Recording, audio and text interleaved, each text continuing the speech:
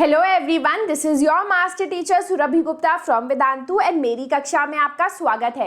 Welcome to today session, जहां पर हम लोग करने वाले हैं 10 most important topics and 10 most important questions from your class 10 geography, है ना। तो ये जो है 10 बहुत इंपॉर्टेंट क्वेश्चंस है। हमेशा मैं बोलती हूँ कि एटलीस्ट हर चैप्टर से 3 या 4 क्वेश्चंस आपको नोटबुक में लिखने चाहिए जो सबसे ज्यादा इंपॉर्टेंट है उस चैप्टर के। वो बहुत ज्यादा हेल्प करता है आंसर राइटिंग में और एक रिवीजन में भी बिफोर द एग्जाम, क्योंकि उन क्वेश्चंस के आने की संभावना ज्यादा होती है। तो आज जो मैं आपको 10 क्वेश्चंस कराने वाली हूं वो भी one of the most repeated questions है फ्रॉम ज्योग्राफी एंड उसको 5 मार्कर या 3 मार्कर तक का आने की संभावना ज्यादा है। तो मेक श्योर आप इस वीडियो को एंड तक देखो और कोशिश करके इन सारे क्वेश्चंस को कहीं पर लिखना अपने शब्दों में एंड एज अ टेस्ट, और अगर पहले से लिखा हुआ है वेरी गुड, रिवाइज भी कर सकते हो।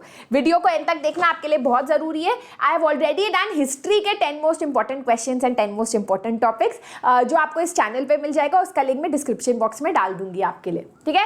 तो चलो let us begin. Do not forget to give a thumbs up to this video, do not forget to subscribe to the channel Vedantu class 9 और चैनल 9 एंड 10 चैनल बनाया गया है for all class 10 students for motivational videos, educational videos, chapter wise explanation videos, हर चीज आपको यहाँ पर मिलेगी। It's a one stop shop for you. All right, so let us begin. पहला तो आपके पास 6 चैप्टर्स हैं। 7वां चैप्टर जो है आपका that is not coming, lifelines of national economy, उससे सिर्फ मैप्स आ रहे हैं। आज हम मैप क्वेश्चंस नहीं कर रहे हैं। Let's start with resource and development. One very repeated question is resource planning. Describe the different steps of resource planning. तो resource planning एक ऐसा process है जो which is very important for the judicious use of resources. जैसे हम बोलते हैं ना कि टाइम बहुत valuable है, उसको प्लान करो, वैसे ही resources बहुत valuable है, हमें उसको प्लान करना चाहिए, अच्छी तरह मैनेज करना चाहिए। तो पहला है identification and inventory of resources across the country. This involves surveying, mapping, qualitative and quantitative estimation and measurement of resources. Second line याद नहीं हो रही तो सिर्फ पहली लाइन याद करो, identification and inventory of resources across the country. इसमें इन्वॉल्व होता है पता करना, सर्वे करना, इन्वेस्टिगेशन करना, मैप करना कि भाई हमारे पास कितने रिसोर्सेज हैं, है ना। जैसे हमें पता होना चाहिए कि अभी से एग्जाम्स तक हमारे पास कितना टाइम बचा है, right? That is the first step. Second step, evolving a planning structure endowed with appropriate technology, skill and institutional setup for implementing resource development plan. एक बार हमें पता चल गया कि यार एग्जाम तक आते आते अभी हमारे पास 1 महीना है। दूसरा होता है उस हिसाब से एक प्लान बनाना कि आप कैसे प्लान करोगे अपने एग्जिस्टिंग कैपेबिलिटी के हिसाब से, टाइम के हिसाब से, सब्जेक्ट्स के हिसाब से, है ना। तो यहाँ पर भी आप प्लानिंग स्ट्रक्चर करोगे according to the skill, technology और institutional setup that we have. अब तीसरा है matching the resource developmental plan with overall national developmental plan. आपने अपना प्लान तो बना लिया, लेकिन एग्जाम की डेट शीट आती है तो उसके साथ मैचिंग भी तो करनी पड़ेगी अपने प्लान की। तो यहाँ पर भी जो आपने रिसोर्स डेवलपमेंट प्लान बनाया है, you will match it with the overall national development plan, ठीक है। तो कैसे याद करोगे? पहला, identification and inventory of resources across the country, क्या आपके पास रिसोर्सेज है। दूसरा, आप अपना एक नेशनल प्लान, एक प्लानिंग स्ट्रक्चर बनाओगे ऑन द बेसिस ऑफ क्या टेक्नोलॉजी है, स्किल है, इंस्टीट्यूशनल सेटअप है। तीसरा, matching the national development plan with the overall matching your resource development plan with the overall national development plan. Clear? चलो let's move on to the second important topic of this chapter. Describe the factors responsible for land degradation, और क्या measures है जिससे कि land degrade ना हो। इस पे 5 मार्कर आने की बहुत ज्यादा संभावना है। तो पहला है भाई डिफॉरेस्टेशन, है ना, soil erosion, over irrigation, floods and droughts, over grazing, pollution. तो यहाँ पर सिर्फ कॉजेज लिखे हैं, क्या मेजर्स लिखे हैं? नहीं, कोई बात नहीं, हम लोग लिख लेंगे। यहाँ नहीं लिखे हैं तो हम लोग लिख लेंगे।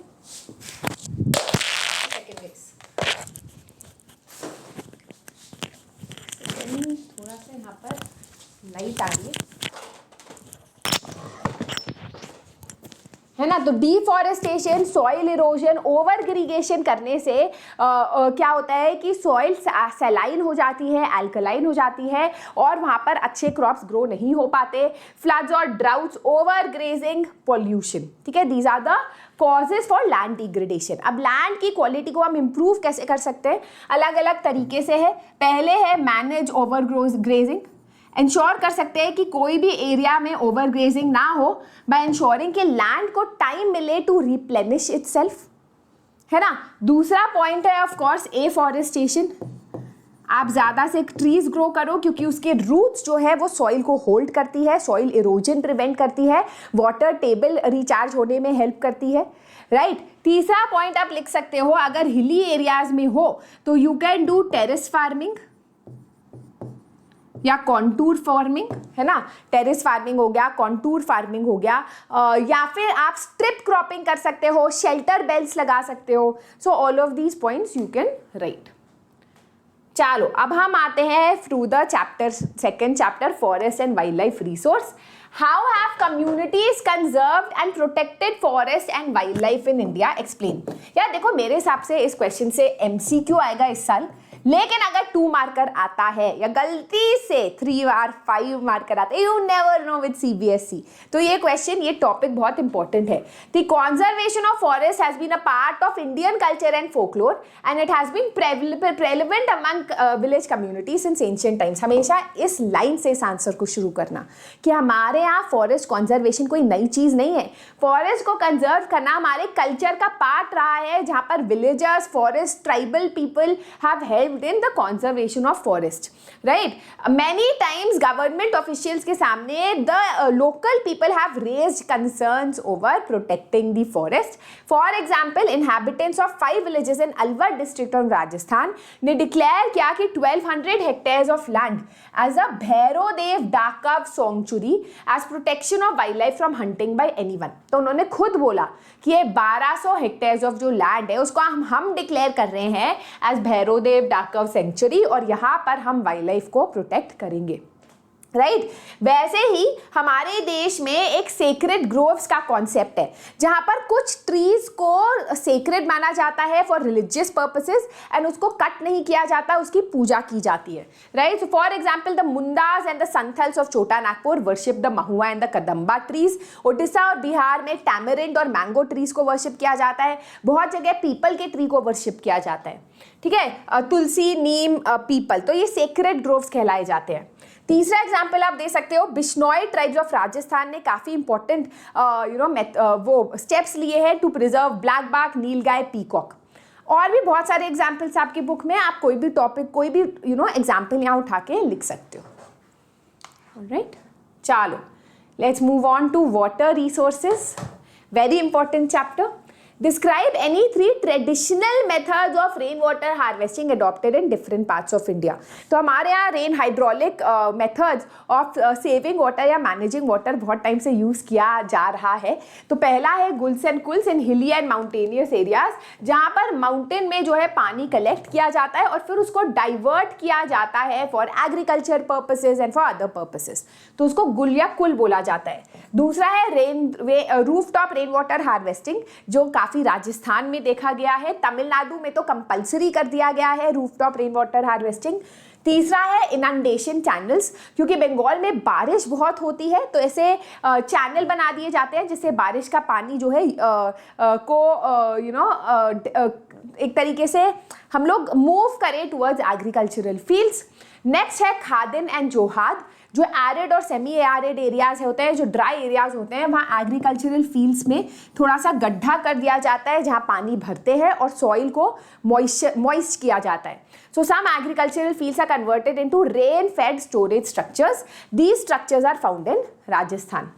फिर हम आते हैं टंकास पे, वही रेन वाटर, ये रूफटॉप रेन वाटर हार्वेस्टिंग में आप लिख सकते हो कि राजस्थान में रूफटॉप पे रेन वाटर को कलेक्ट किया जाता है एंड इसको कलेक्ट किया जाता है टंकास में, that is below the house, and that not only helps in cooling down the room just above the टंका, बट उस पानी को पिया जाता है and it is called parlour पानी, ठीक है। बैम्बू ड्रिप इरीगेशन सिस्टम जो यूज किया जाता है नॉर्थ ईस्ट में, मेघालय वगैरह। In recent years, multi-purpose projects and large dams have come under scrutiny. Explain why. तो क्या रीज़न है जिसकी वजह से मल्टीपर्पज़ प्रोजेक्ट्स को क्रिटिसाइज किया जाता है? पहला है कि क्योंकि हम वाटर को, रिवर को रेगुलेट करते हैं उसके फ्लो को, और डैम करते हैं तो it effects there natural flow, उससे सेडिमेंटेशन होता है, ओवर सेडिमेंटेशन होता है, रॉकियर बेड स्ट्रीम होती है, एक्वेटिक लाइफ का जो नेचुरल फ्लो है वो भी इम्पैक्ट होता है, राइट। इससे एक चीज़ और देखी गई है that it has triggered floods. तो जो डैम बनाए गए थे to control floods, it has triggered flood because of over sedimentation. तो फ्लड है वो नियर बाय एरियाज को सबमर्ज कर देती है, जिसकी वजह से वेजिटेशन जल्दी डिकम्पोज नहीं हो पाती, you know, it takes a lot of time to decompose.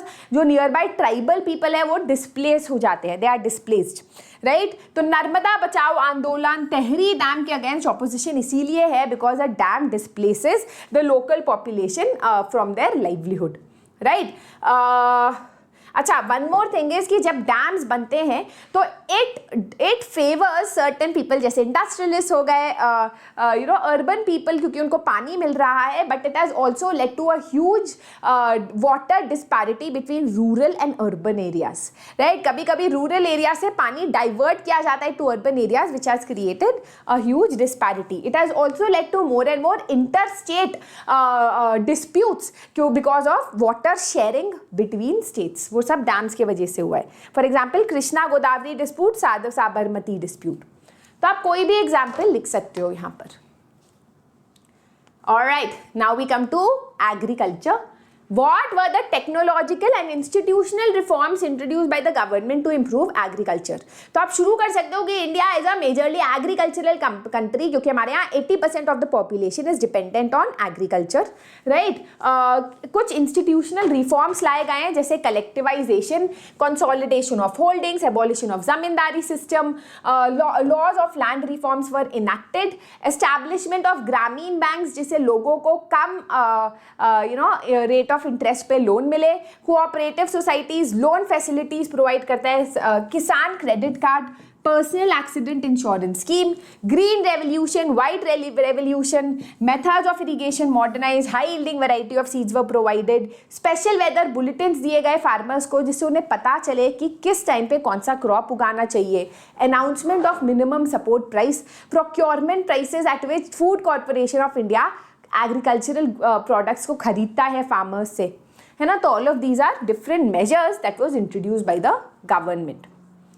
Mineral and energy resources से कौन से इंपॉर्टेंट क्वेश्चन है? पहला, minerals are an indispensable part of our life, support this statement.